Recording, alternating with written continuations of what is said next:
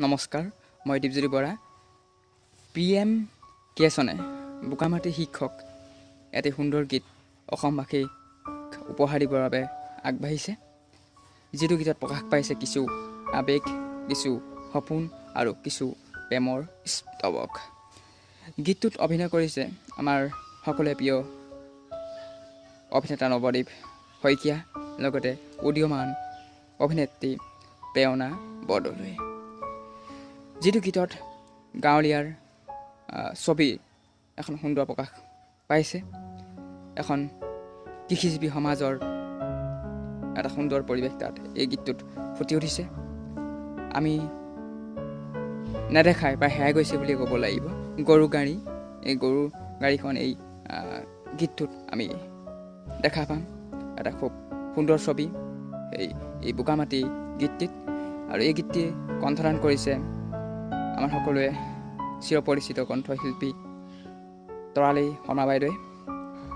আৰু এই গীতটো ৰচনা কৰিছে কুমুদ চন্দ্ৰ দাস ডাঙৰীয়াই, সুৰ সুমন্ত পৰাশৰ, সংগীত প্ৰাঞ্জল প্ৰদীপ ভৰালী, ভিডিঅ' দি পৰিচালনা কৰিছে শৰৎ বাপ্পী শইকীয়া ডাঙৰীয়াই, প্ৰযোজনা আৰু পৰিকল্পনা প্ৰাঞ্জল প্ৰতিম বৰা, কেমেৰা আৰু সম্পাদনা কৈলাশ দুৱৰা। আশা কৰোঁ গীতটি ৰাইজে আঁকোৱালি ল'ব।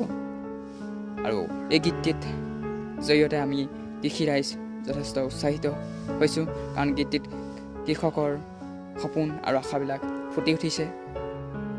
আচলতে এই গীতটিয়ে আমাক কৃষি ৰাইজক যথেষ্ট উৎসাহিত কৰিব। ময়ো এজন কৃষিপ্ৰেমী যুৱক, লগতে কৃষকৰ সন্তান। গতিকেলৈ এই গীতটিৰ পৰা ময়ো যথেষ্ট উৎসাহিত হৈছোঁ কৃষিৰ ক্ষেত্ৰত। গতিকেলৈ PM কেশনৰ এই বোকামাটি শিক্ষক গীতটি আমি সকলোৱে আঁকোৱালি লওঁ আহক। এটা সুন্দৰ গীত। আশা কৰিছোঁ এই গীতটোৱে সফলতা লাভ কৰক। লগতে PM কেশনলৈ আগন্তুক ইংৰাজী নৱবৰ্ষৰ লগতে ভোগালী বিহুৰ শুভেচ্ছা জ্ঞাপন কৰিছোঁ। লগতে PM কেশনৰ এই সুন্দৰ প্ৰচেষ্টাক আমি ধন্যবাদ জ্ঞাপন কৰিছোঁ। লগতে PM কেশনৰ এই গীতটিত জড়িত সকলো ব্যক্তিক ধন্যবাদ জ্ঞাপন কৰিছোঁ।